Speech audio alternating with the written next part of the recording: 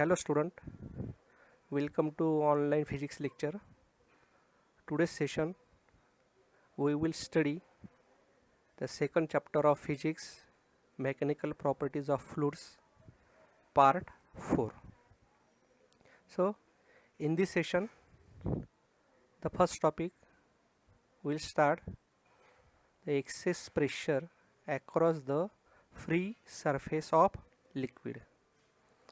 So we know that while the molecule on the liquid surface experiences the force due to surface tension, and this force act tangential to the liquid surface at rest, and the direction of the resultant force of surface tension acting on a molecule of the liquid surface is depend upon the shape of liquid surface, and this force is also contributes or decided the pressure at a point just below to the surface of liquid. Okay, so in this part we'll discuss about the part for the excess pressure for a free liquid surface, and in that case we discuss that part in the form of three surfaces. The first, that is the plain liquid surface, then after that we'll discuss about the second, that is convex liquid surface, and then third, concave liquid surface. Let us at first we'll see about the A, that is plain liquid surface. Okay, so look at this diagram. So in this diagram say that there is a plain liquid surface, and in this case the resultant force due to surface tension Ft on the molecule B, which is 0. The force Fa, which can itself decide the pressure, and the pressure at A and pressure at B is same. Okay, means when we see about it in this diagram, that is the plain liquid surface, the point A which is above the liquid surface, and point B it is the below liquid surface. So if the surface is plane surface, so in that case we found that there is no excess of pressure, means the pressure at point A is equal to pressure at point B. Then next B, that is convex liquid surface. Okay, so see that figure for the upper convex liquid surface. So in this case the resultant force due to surface tension Ft on the molecule at B is vertically downwards, and it can add up to the downward force Fa. So this develops the greater pressure at point B, which is inside the liquid and on the concave side of the meniscus. That means the pressure on concave side, which is greater than pressure on convex side. Okay, means the pressure inside the liquid which is greater than pressure outside the liquid. Then see the next, that is third point, that is C, concave liquid surface. Okay, so in this upper concave liquid surface the force due to surface tension Ft on the molecule B, which is act vertically upwards, the force Fa due to the atmospheric pressure, which is act downwards. So the forces both Fa and Ft are in opposite direction. So therefore the net downward force responsible for the pressure at B is less than Fa. Okay, so it can develop a less pressure at point B, which is inside the liquid and on the convex side of the meniscus. Therefore the pressure on concave side outside the liquid is greater than that the pressure on the convex side, that is inside the liquid. Okay, means in that case while we discuss about the part for the excess pressure across the free surface of liquid, so in that explanation we found that if the surface is plane free surfaces, so there is no pressure difference to be present, means pressure at point A is equal to pressure at point B. But if the surface in the form of concave or convex surface, so in both cases we found that the pressure on concave side is always greater than the pressure on convex side. So that is the conclusion which can be drawn from that explanation. Then the next point, let us see about the explanation for the formation of drops and bubbles. So we know that any liquid drop or the bubble, it is always seen in the form of spherical shape. Why? Because due to the property of surface tension of the liquid. It means it can always having the tendency to minimize surface area, and due to of that reason any liquid drop or the bubble, they are always seen in the form of spherical shape. So let us consider the diagram. So in this diagram there is the spherical drop. Let Pi be the inside pressure of liquid, Po that is the outside pressure of liquid, A1 that is the initial surface area of radius r, and the area for the initial surface of drop, that is A1 is equal to 4 pi r square. That is equation number 1. Okay, so in that case we found that the drop, it is spherical in shape, so the inside pressure is always greater than outside pressure, means Pi is greater than Po. Okay, and while we see about the excess pressure inside the drop, so this excess pressure is Pi minus Po. Okay, and we can derive the expression for the excess pressure in this topic. Then while consider about, let r that is the radius of the drop, and this radius which is increases from r to r plus delta r, where delta r is very small.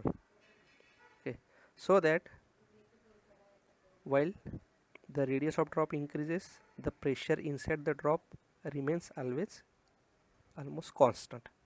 Okay, so the final area of the drop, that is A2, and A2 it is right in the form of 4 pi r plus delta r bracket square. So expand that term, so A2 is equal to 4 pi in bracket r square plus 2 r delta r plus delta r square.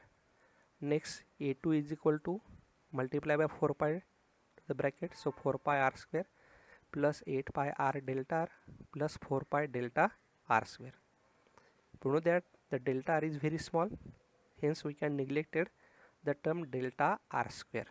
Okay, so the remaining term is A2 is equal to 4 pi r square plus 8 pi r delta r. That is equation number 2. Okay, so the dA, that is the increasing surface area of drop. Okay, means the drop, it can having the radius r and can be increased by radius delta r. So there is a small amount of increasing surface area of drop, that is supposed denoted by dA. So the dA is equal to A2 minus A1. So substitute A2 and A1 from equation 1 and 2. Okay, so dA equal to 4 pi r square r 8 pi r delta r minus 4 pi r square. So 4 pi r square get cancelled. So dA is equal to 8 pi r delta r. That is equation number 3. Then, so while there is the increasing surface area by dA, so there is the work is done in the form of small amount. Suppose that work in the form of dW. So that according to the relation between surface tension and surface energy, so know that dW is equal to T into dA. Then dW is equal to T into dA. So dA from equation 3 we know that its value is 8 pi r delta r. So dW equal to T into 8 pi r delta r. Then the work done, know that it is also the product of force and displacement. Okay, so in that case the force is F and the displacement, that in the form of delta r. Okay, so the next, that is the work done dW is equal to F delta r, that is equation number 4. Then the excess force is equal to excess pressure into surface area.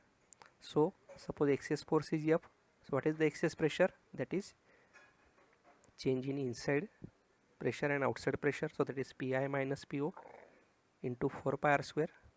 So the equation 4 becomes, means let us substitute the value for F in the equation 4. So dW is equal to, in bracket, Pi minus Po 4 pi r square delta r. So this is equation number 5. Then equating the equation number 3 and 4. Okay, so in that case, equation number not a 3. So in that case, dW, that is the term for Pi minus Po 4 pi r square, and the term dW, that is the same term, that is T into 8 pi r delta r. So after comparison, we'll get the next step is Pi minus Po 4 pi r square delta r is equal to T into 8 pi r delta r. Means we can compare these two terms, that is dW and that is the term same dW. Okay, so compare both that equation. Okay, so we'll get Pi minus Po 4 pi r square delta r is equal to T into 8 pi r delta r. So Pi minus Po means after solving. Okay, so we'll get the next step is, that is Pi minus Po, that is the excess pressure, is equal to 2T by R. That is equation number 6. Okay, and this is the expression for excess pressure in terms of liquid drop, or that is also called as Laplace's law of spherical membrane. Okay, suppose when we derive the same expression for a soap bubble instead of the liquid drop. Okay, so what is the change? So in that case, you know that the soap bubble, it can having a two free surfaces, that is upper and lower surface. Okay, so while we consider about the equation 3, this is the equation 3, dA is equal to 8 pi delta.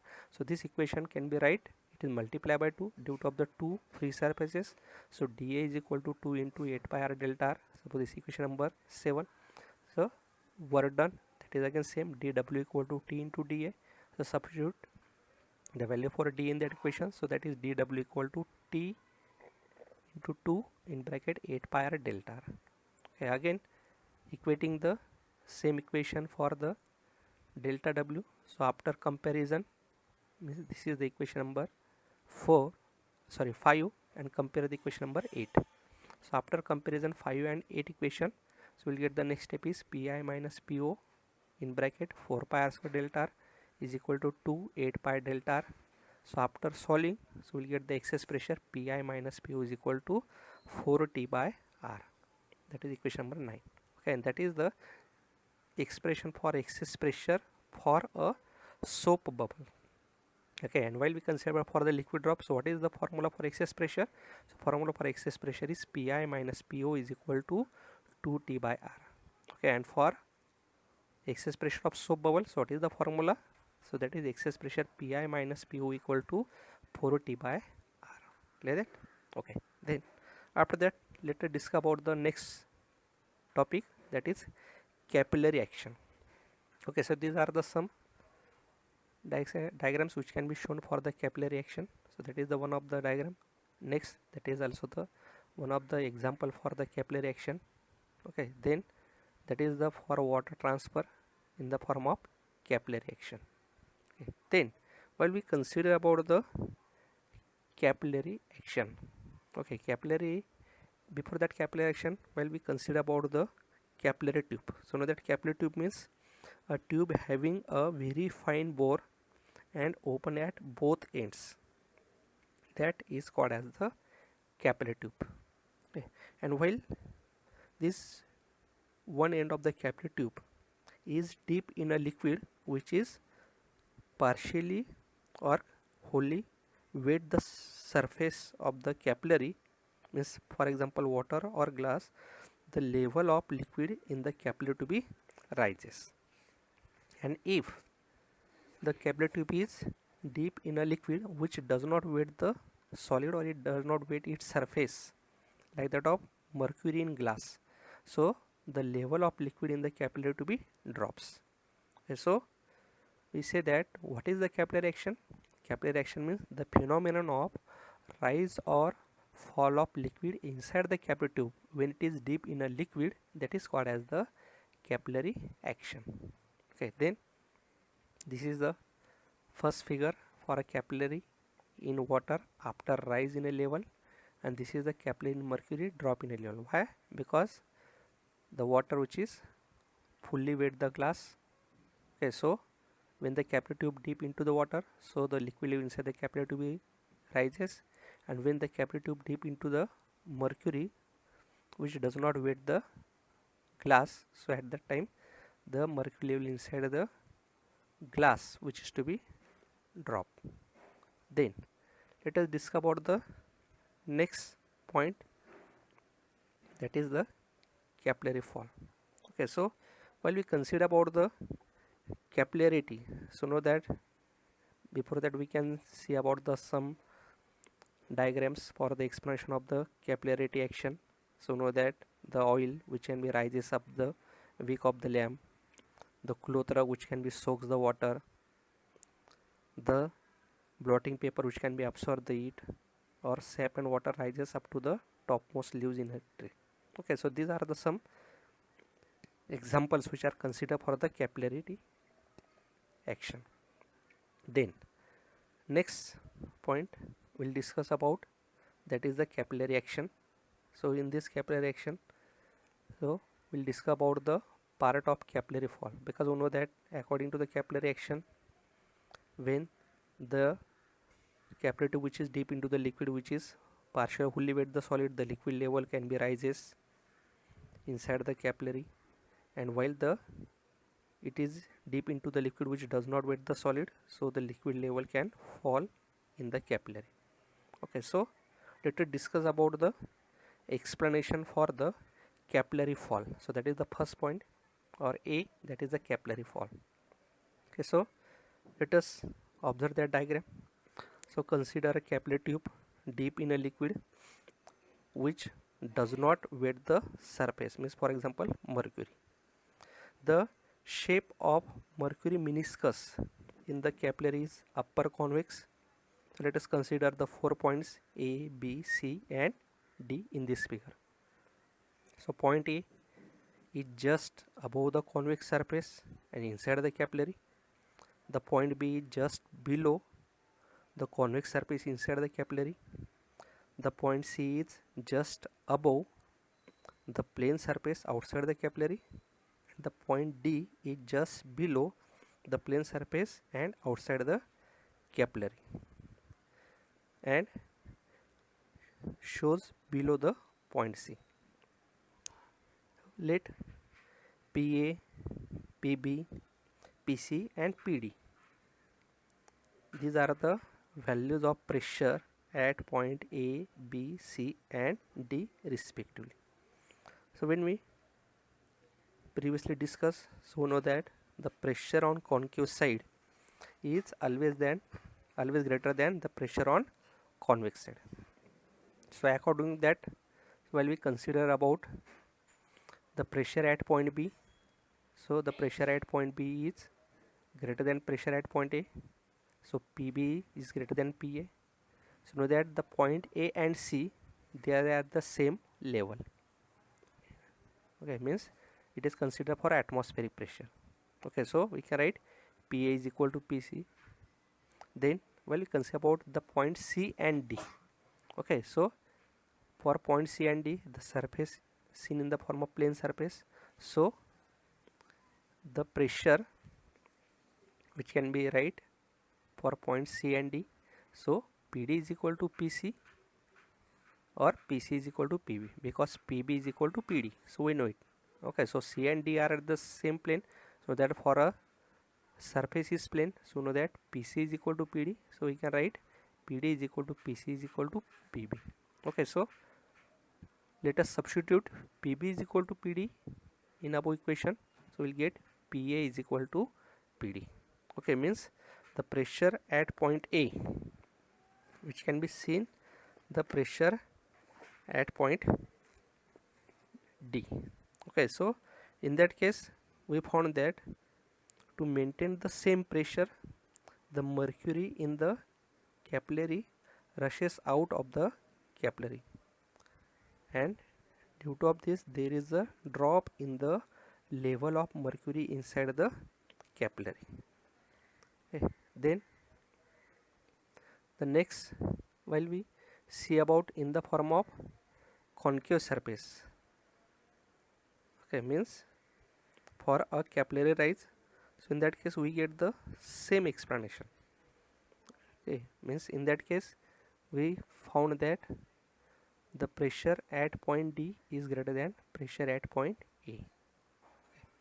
Then the next, that is the expression for capillary rise or fall. Okay, and this can be explained with the help of two methods. The first method, that is using in the form of pressure difference. Okay, so look at this diagram, that is the force acting at a point of contact. Okay, so in that case we see that there is a force can be acting at the point of contact. Okay, so well, see about the explanation. The pressure due to the liquid column is equal to P, and note that the pressure equal to H rho G. Okay, so H, that is the height of the mercury column, rho, that is the density of liquid, and we also know that the excess pressure due to concavity, that is Pi minus Po. Okay, so the Pi minus Po for the liquid drop, so know that what is this formula? This formula is 2T by R. What is the T? That is the surface tension of liquid, and R, that is the radius of curvature of meniscus. So the pressure due to liquid column is equal to excess pressure due to concavity. Okay, so in that case can substitute P equal to H rho G in that equation. So H rho G is equal to 2T by R. Okay, so let us from this figure. So in that figure we say that small r, that is the radius of capillary tube, theta, that is the angle of contact. Then the angle of contact, it can be written in the form of suppose cos theta. So cos theta is equal to small r by capital R. So capital R is equal to small r upon cos theta. Okay, so in that case what is the capital R? That is the radius of curvature of meniscus. Okay, so the radius of curvature of meniscus is R equal to R upon cos theta. So let us substitute the value for R in the equation 3. So equation 3 becomes, can be write H rho G is equal to 2T cos theta upon R. So H is equal to 2T cos theta upon R rho G. Okay, so it can give the equation for the expression of capillary rise or fall of liquid. Then next, that is the second method. Okay, so in this second method we'll discuss about the same formula for height of rise of liquid or the surface tension. Okay, but it can be explained with the help of using forces. Okay, so that is the one of the diagram. Okay, then the next, it is another diagram for the expansion for force acting on liquid inside a capillary. So we know that while the rise of water inside a capillary is against the gravity, hence the weight of liquid column must be equal and opposite to the proper component of force due to surface tension at the point of contact. So in that case, while we consider about the surface tension of liquid, so what is the formula for surface tension? That is T is equal to F upon L. So the force due to surface tension, that is F is equal to T into L. Okay, so while what is the L? That is the length of circumference of liquid. So what is the length of circumference of liquid? So that is L equal to 2 pi R. So what is the F? That is T into 2 pi R. Next, while we say about this force, it can be resolved in the form of two components, that is the vertical component, that is F cos theta, and horizontal component is F sin theta. Okay, so let us consider the vertical component of force. What is the vertical component? That is in the form of F cos theta.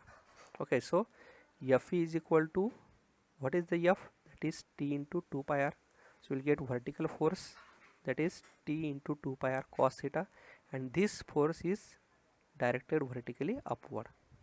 Then we know that the weight of the liquid column. So what is the weight of liquid column? That is W is equal to M into G.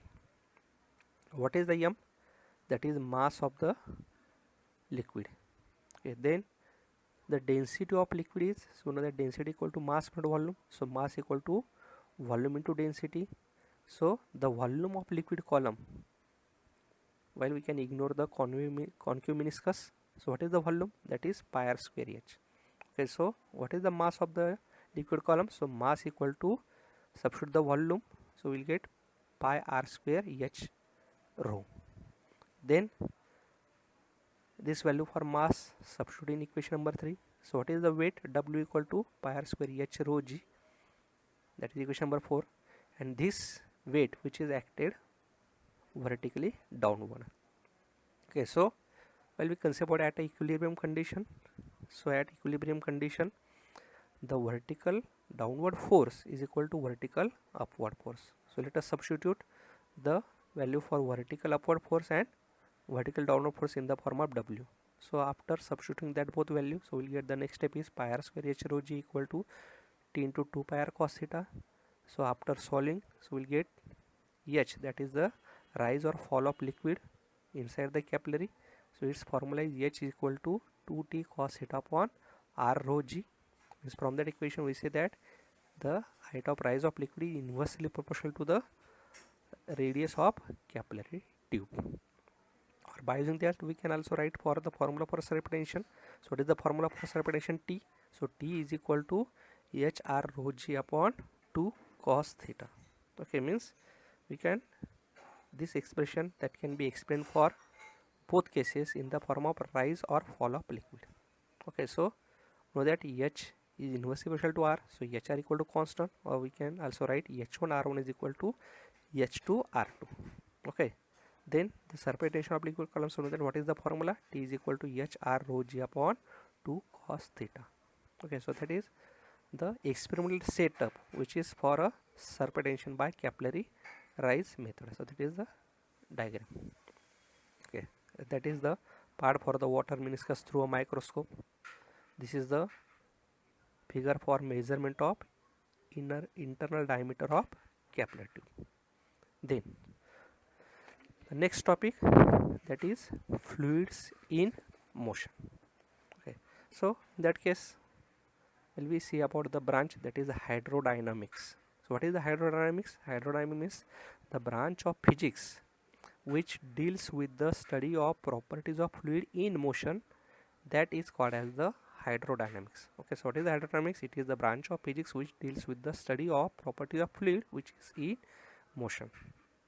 Okay, so in that case while we discuss about the part for the fluids in motion, so in that case we will discuss about the some few terms they can be used to describe the flow of the fluid. Okay, so the first, that is while we see about in this figure, so that is shows a pipe whose direction and cross sectional area change arbitrarily, and the direction of the flow of fluid in pipe which can be as shown in figure. Okay, so let us see about the first term. So what is that? Is the flow line. So what is the flow line? So it is the path of an individual particle in a moving fluid, that is as shown in figure. Then the flow tube. So what is the flow tube? It is an imaginary bundle of flow lines bound by an imaginary line, so that is called as the flow tube. The next, that is the laminar flow or streamline flow. So what is the laminar streamline flow? It is a flow in which the adjacent layers of fluid move smoothly over each other. It means in that case while we see about in this flow, these are the adjacent layers, and the adjacent layers of fluids, they are move smoothly over each other, so that is the streamline flow. The next, that is turbulent flow. So what is the turbulent flow? It is a flow at a very high rate, so that there is no steady flow and the flow pattern changes continuously. Okay, means in that case the liquid which can be flow at a very high rate, so there is no steady flow, and the flow of this pattern which can be changes continuously, so that is the turbulent flow. Okay, so this is also the same diagram that is in the part of laminar flow, that in the form of turbulent flow. Let us see the some distinguished points between streamline flow and turbulent flow. So what is the first point for the streamline flow? The first is the smooth flow of fluid with velocity smaller than certain critical velocity, that is the limiting value of velocity, that is the critical velocity, and that flow is called as the streamline flow. Okay, so the flow or laminar flow of the fluid, that is the streamline, or that is also called as the laminar flow. Okay. While we say about in the turbulent flow, so the irregular and unsteady flow of fluid when its velocities increases beyond the critical velocity, and that is called as the turbulent flow. Okay, means we know that there is a certain or limiting value for velocity, that is the critical velocity.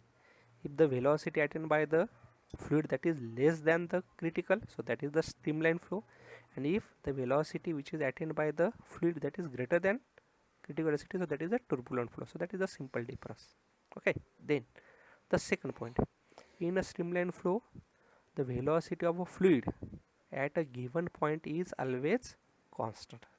Okay, means if the flow is streamline flow, the velocity of fluid at a given point which is always constant, but in a turbulent flow the velocity of a fluid at any point which does not remain constant. Why? It can be changes continuously. Then the third is, the two streamlines can never intersect. Why? Because they are always parallel, means the streamline flow are always in the form of parallel lines. Okay, so they never intersect. But in a turbulent flow, at some point the fluid may have rotational motion, so which gives rise to eddies or whirlpools. Then the fourth point is, the streamline flow over a plane surface can be assumed to be divided into a number of plane layers. In a flow of the liquid through a pipe of uniform cross-sectional area, all the streamlines will be parallel to the axis of the tube. Okay. And while the flow tube loses its order and particles move in random motion.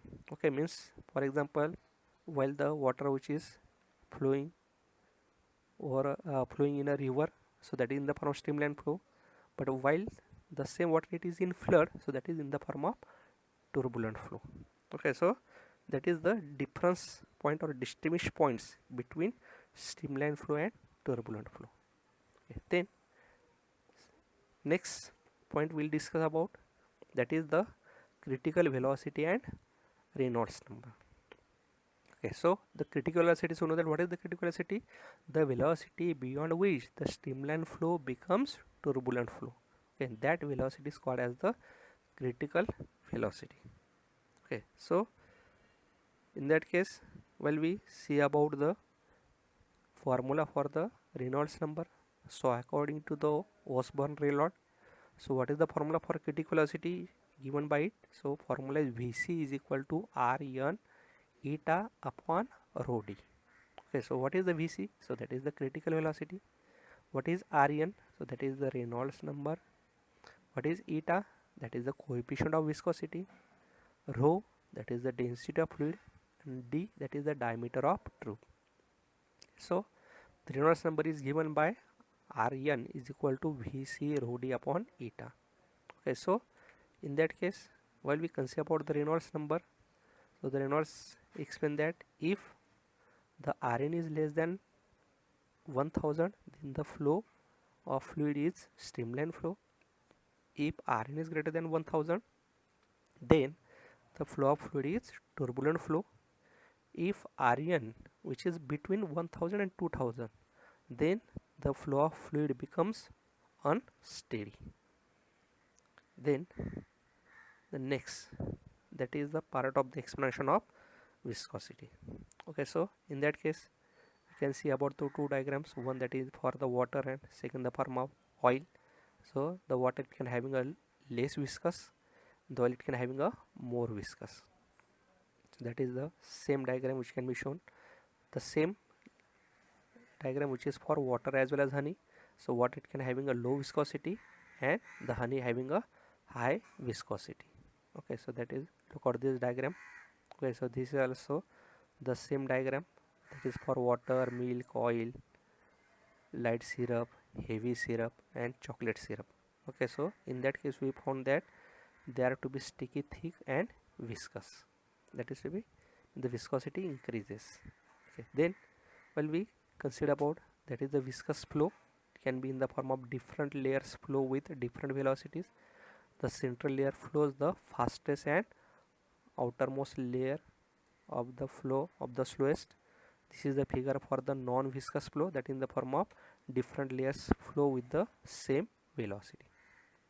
Okay, so in that case, while we consider about the part for the friction, okay, so while we see about the diagram, so in that case we say that while we can pour the water from a glass, it can be flows freely and quickly, and when we pour a syrup or honey, so it can flow slowly and it can be stick to the container. Okay, so what is the difference? Why? Because it is due to of the fluid friction. Okay, means we say that that property of the fluid friction is called as the viscosity. Okay, means we say that the water it can having a low viscosity, while the syrup or honey it can having a higher viscosity. Okay, then while we consider about the next expansion, that is the part for the viscosity. What is the viscosity? So now that viscosity means it is that property of a fluid by virtue of which the relative motion between different layers of fluid experiences a dragging force, and this dragging force is also called as the viscous force or viscous drag. Okay, means what is the viscosity? So it is the property of the fluid by virtue of which the relative motion between the different layers of fluid can experiences a dragging force, and this force is called as the viscous force as well as viscous drag. So we know that the friction, that is also the same property but can be opposes the motion between the two solid surfaces, but while we consider about in the part of the fluid, so we can use the term that is the viscosity. It can having the same function to opposes the motion between the different layers of fluid. Okay, and the force, that is called as the viscous force or viscous drag. Okay, then let us discuss about the next. So while we see about in this diagram, so in this diagram, that is the change of in a velocity of layers at its distance from a referee layer changes. Okay, means that is the stationary layer while we are moving in upward direction. So we found that when the distance increases, the velocity also increases. Okay, and while we say about there is a small amount of change in velocity between the two layers, while there is a small amount of change in the distance between the two layers. Okay, so by using that we can explain the term velocity gradient. So what is the velocity gradient? So velocity gradient means the rate of change of velocity with a distance measured from a stationary layer, that is called as the velocity gradient. Okay, so in that case small amount of change in velocity is dv, small amount of change in distance is dx. So dv upon dx, that is the velocity gradient. Okay, so we can write that is the formula for velocity gradient. So its formula is dv by dx. So what is its unit? So it is per meter. Then the next point we'll discuss about, that is the coefficient of viscosity. Okay, so while we see about according to the Newton's law of viscosity, if the flow in the form of streamline flow, the viscous force acting on any layer, this force is directly proportional to the area of that layer and also directly proportional to the velocity gradient. Okay, so we can write F is directly proportional to A into dv upon dx. So F is equal to eta A dv upon dx. So what is the eta?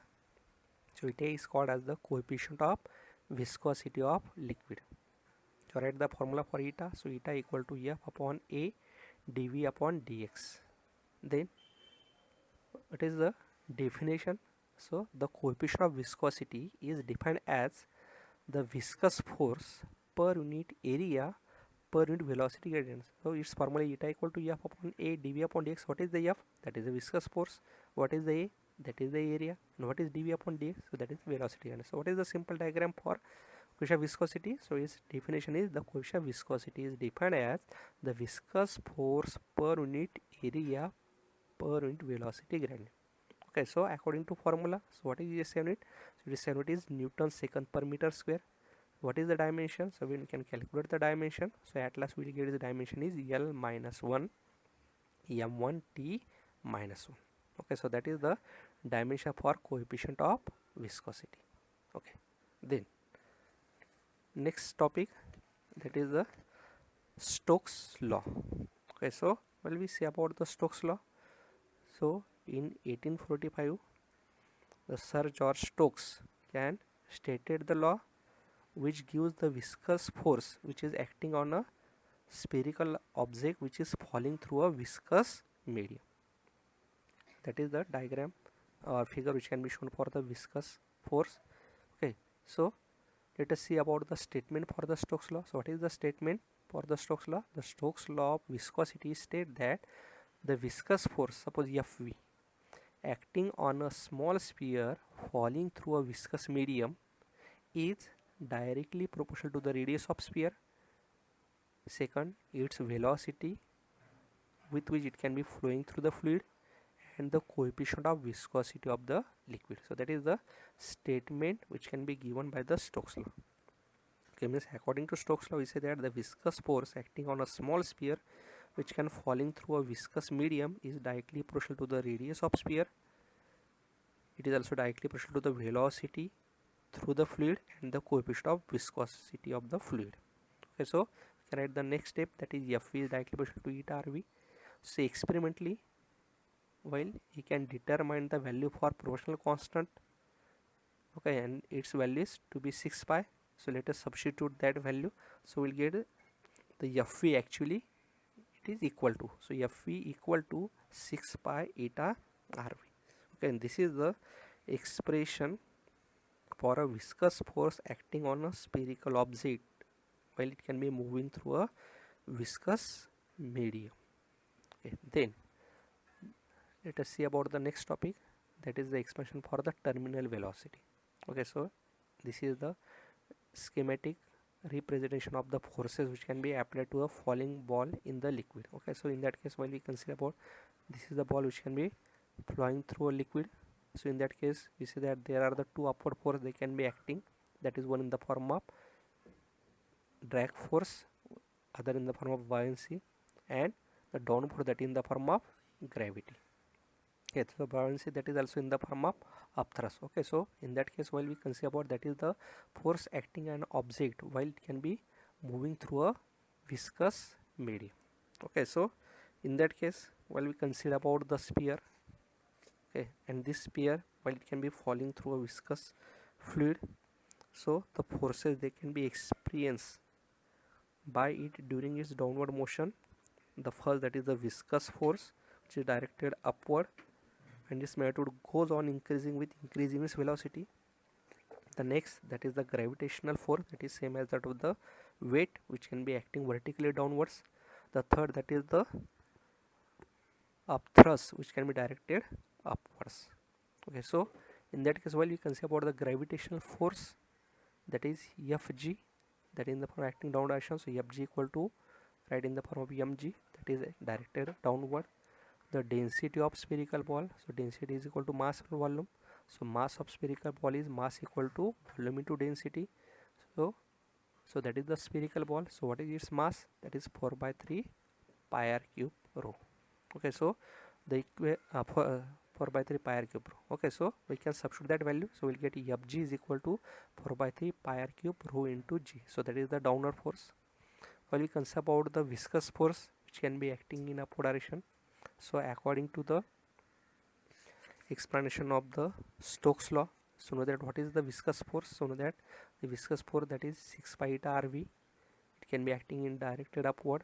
Okay, so in that case, what is eta? That is the coefficient of viscosity. What is R? That is the radius of sphere, and V, that is the velocity which can with which it can be to be moving. Okay, so what is the upthrust force? So that is, suppose F equal to m dash g. So the directed upward density of the liquid, that in the form of suppose sigma, so sigma is equal to m dash upon v, so that is the density of the liquid. Okay, and in that case rho, that is the density of the ball, so that are the two different terms. Okay, then sigma is equal to m dash upon v. So what is the m dash? That is mass of liquid, so m dash equal to v into sigma, so m dash equal to 4 by 3 pi r cube sigma. So equation 4 becomes, it can be right F equal to 4 by 3 pi r cube rho into g. That is equation number 5.